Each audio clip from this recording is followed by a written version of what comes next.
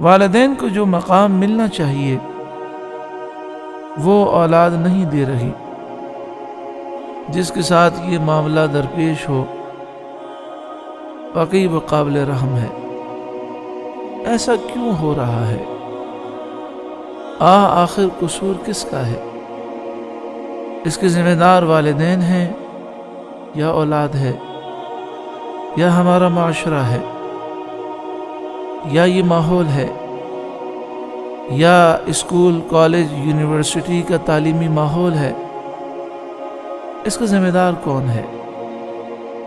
انسان جب دنیا میں آیا تو باپ کی شفقت بھرے ہاتھوں نے اسے اپنی گود میں لیا، ماں نے اپنے محبت بھرے سینے سے اسے لگایا، والدین خود تکالیف برداشت کرتے رہے، باپ ہنسی خوشی کام کی مشقتوں کو جھیلتا رہا، صرف اپنی اولاد کے مستقبل کے لیے، اپنی اولاد کی آبیاری پرورش باپ نے اپنے خون پسینے کی کمائی سے کی۔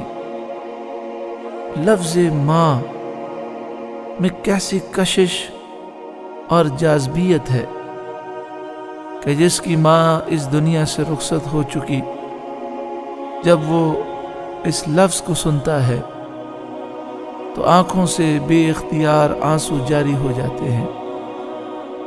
ماں وہ سایہ ہے، وہ سائبان ہے جو خود زمانے کی ہر تکلیف، ہر مصیبت، ہر آفت کو برداشت کرتی ہے، زمانے کی ہر تکلیف دہ دھوپ کو برداشت کرتی ہے اور اپنی اولاد کو اپنے ممتا کے پروں سے چھپا لیتی ہے۔ اس ماں کی قدر تو اس سے پوچھئے جو آج محروم ہو چکا۔ یہ ماں 9 مہینے اپنے بچے کو پیٹ میں رکھتی ہے۔ قرآن پاک ارشاد فرماتا ہے، حملتہ امہ وہنا علی وہن، اس کی ماں نے پیٹ میں اٹھائے رکھا، کمزوری پر کمزوری برداشت کی۔ یہ ماں کٹھن وقت بچے کی محبت میں برداشت کرتی ہے، پیدائش کے درد، اللہ اکبر، کہتے یہ ہیں کہ سب سے زیادہ جو درد ہے وہ موت کا درد ہے۔ موت کے جھٹکوں کے بعد سب سے زیادہ تکلیف دہ جھٹکے پیدائش کے جھٹکے ہیں۔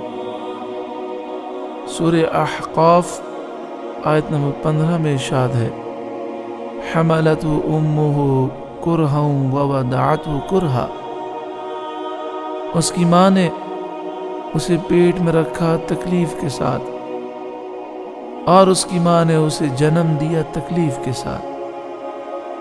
نبی اکرم نور مجسم سید عالم خاتم النبیین صلی اللہ علیہ وآلہ وسلم کی بارگاہ میں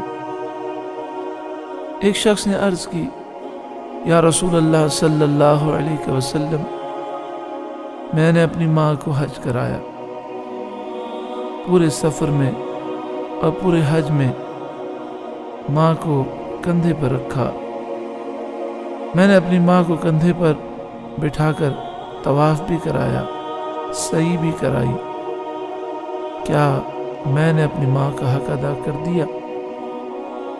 پیارے آقا صلی اللہ علیہ وآلہ وسلم نے ارشاد فرمایا، پیدائش کے وقت جو تیری ماں نے درد کے جھٹکے برداشت کیے، ایک جھٹکے کا بھی حق ادا نہ ہو سکا۔ پھر اس کے بعد 2 سال تک بچے کو ماں دودھ پلاتی ہے، وَفِصَالُهُ عَامَيْنِ، اور اس کا دودھ چھڑانا 2 سال میں ہے۔ دن رات اپنے آرام، اپنی نیند، اپنی مصروفیات کو قربان کر کے ماں اپنے بچے سے محبت کا ثبوت دیتی ہے۔ دودھ پیتا بچہ نہ دن دیکھتا ہے نہ رات دیکھتا ہے۔ کبھی کبھی ماں کو پوری پوری رات بھی جاگنا ہوتا ہے۔ کبھی کبھی ایسا ہوتا ہے کہ آنکھ لگتی ہے اور بچہ بھوک سے رونا شروع کر دیتا ہے۔ وہ عورت، وہ خاتون جو پاکیزگی کو پسند کرتی ہے، خود بھی پاکیزہ ہے، صفائی پسند ہے، مگر ماں کے مقام پر فائز ہو کر اپنی اولاد کی محبت میں سب کچھ برداشت کر لیتی ہے۔ گندگی صاف کرتے ہوئے پیشانی پر بل تک نہیں آتے۔ اسی لیے ماں کا حق باپ سے 3 گنا زیادہ بڑا ہے۔ پھر جب تک اولاد اپنے پاؤں پر کھڑی نہ ہو جائے، ماں باپ دن رات فکر میں مبتلا رہتے ہیں۔ اگر اولاد میں سے کوئی بیمار ہو جائے، کسی پریشانی میں ہو، بسا اوقات ماں باپ کی نیندیں اڑ جاتی ہیں، دعائیں کرتے ہیں۔ ان محبتوں اور الفتوں کی فضا میں پرورش پانے والی اولاد، جسے اس مقام پر پہنچانے کے لیے والدین بڑی دشوار گزار گھاٹیوں سے گزرے ہیں، اگر یہی اولاد سامنے جواب دے، کہنا نہ مانے، بے عزتی کرے، بڑھاپے میں سہارا بننے کے بجائے ماں باپ کو بوجھ سمجھنے لگے، والدین کی ضروریات پوری کرنے کے لیے خرچہ نہ دے، اور اگر خرچہ دے تو بہت بڑا احسان سمجھے، اولاد سرکار دو عالم صلی اللہ علیہ وسلم کے اس فرمان کو یاد نہ کرے۔ پیارے آقا صلی اللہ علیہ وسلم نے فرمایا، انت و مالک لابیک، تو بھی تیرے باپ کا ہے اور تیرا مال بھی تیرے باپ کا ہے۔ آپ بتائیے جب ایسے حالات ہوں تو کتنا رنج اور دکھ ہوتا ہے۔ آج گھر گھر اولاد نافرمان ہے۔ آخر قصور کس کا ہے؟ اولاد نافرمان کیوں ہو گئی؟ اس فکری اور اہم نشست میں ہمیں یہی سمجھنا ہے، اولاد کی یہ جو کیفیت ہے کہ وہ بدتمیز ہو گئی، نافرمان ہو گئی، اس کی ایک اہم وجہ یہ ہے کہ قرآن و حدیث کے فرمان سے اولاد دور ہو گئی، والدین کے مقام اور مرتبے کو انہوں نے نہ سمجھا۔ والدین کا مقام بہت بلند و بالا ہے۔ اللہ تعالیٰ نے فرمایا سورہ لقمان میں، انشکر لی ولوالدیک، میرا شکر کر اور اپنے ماں باپ کا شکر ادا کر۔ آیت کے مختصر حصے میں غور فرمائیے۔ مسبب الاسباب، نعمتوں کے انبار عطا فرمانے والا رب عز و جل فرماتا ہے، میرا شکر ادا کر اور اپنے والدین کا شکر ادا کر۔ اس جز پر غور کرنا ہے۔ 7 زمینوں 7 آسمانوں کا مالک، جس کی مشیت کے بغیر کوئی ذرہ کوئی پتا بھی ہل نہیں سکتا، وہ فرما رہا ہے، انشکر لی ولوالدیک، میرا شکر ادا کر اور اپنے ماں باپ کا شکر ادا کر۔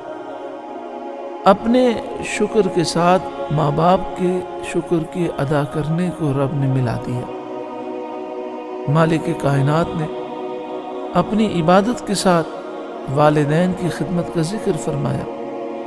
سورہ بنی اسرائیل آیت نمبر 23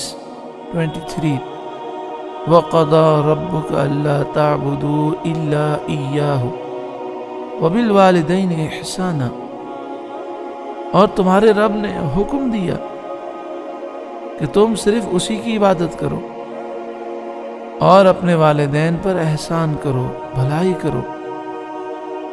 اور کئی آیات میں اس مفہوم کو بیان کیا گیا۔ سورہ بقرہ آیت نمبر 83 لا تعبدون الا اللہ وبالوالدین احسانا، تم عبادت کرو صرف اللہ کی اور والدین کے ساتھ بھلائی کرو، احسان کرو۔ حضور نبی کریم رؤوف الرحیم صلی اللہ علیہ وسلم کے دل مبارک پر، قلب انور پر قرآن پاک کا نزول ہوا۔ حضور صلی اللہ علیہ وآلہ وسلم کے فرمان، آپ کے ارشادات قرآن پاک کی تفسیر ہیں۔ بخاری شریف کتاب الجہاد باب نمبر 1، اور بخاری شریف میں کتاب الادب باب نمبر 1، اور کتاب التوحید باب نمبر 48، مسلم شریف کتاب الایمان حدیث نمبر 137 اور 140۔ عن عبداللہ بن مسعود رضی اللہ تعالی عنہ قال، حضرت عبداللہ بن مسعود رضی اللہ تعالی عنہ سے روایت ہے، انہوں نے فرمایا، سألت رسول اللہ صلی اللہ علیہ وسلم، میں نے رسول اللہ صلی اللہ علیہ وآلہ وسلم سے پوچھا، ای العمل احب الی اللہ، اللہ کی بارگاہ میں سب سے افضل محبوب عمل کون سا ہے؟ قال، رسول اللہ صلی اللہ علیہ وآلہ وسلم نے فرمایا، الصلاۃ علی وقتہا، نماز کو اس کے وقت پر ادا کرنا۔ قلت، میں نے عرض کی، ثم ای، یا رسول اللہ اس کے بعد کون سا عمل ہے؟ قال بر الوالدین، آپ صلی اللہ علیہ وآلہ وسلم نے ارشاد فرمایا، والدین کے ساتھ بھلائی کرنا، ان کی خدمت کرنا، ان کے حقوق کو ادا کرنا۔ قلت ثم ای، میں نے عرض کی اس کے بعد کون سا عمل ہے؟ قال الجہاد فی سبیل اللہ، اللہ کی راہ میں جہاد کرنا۔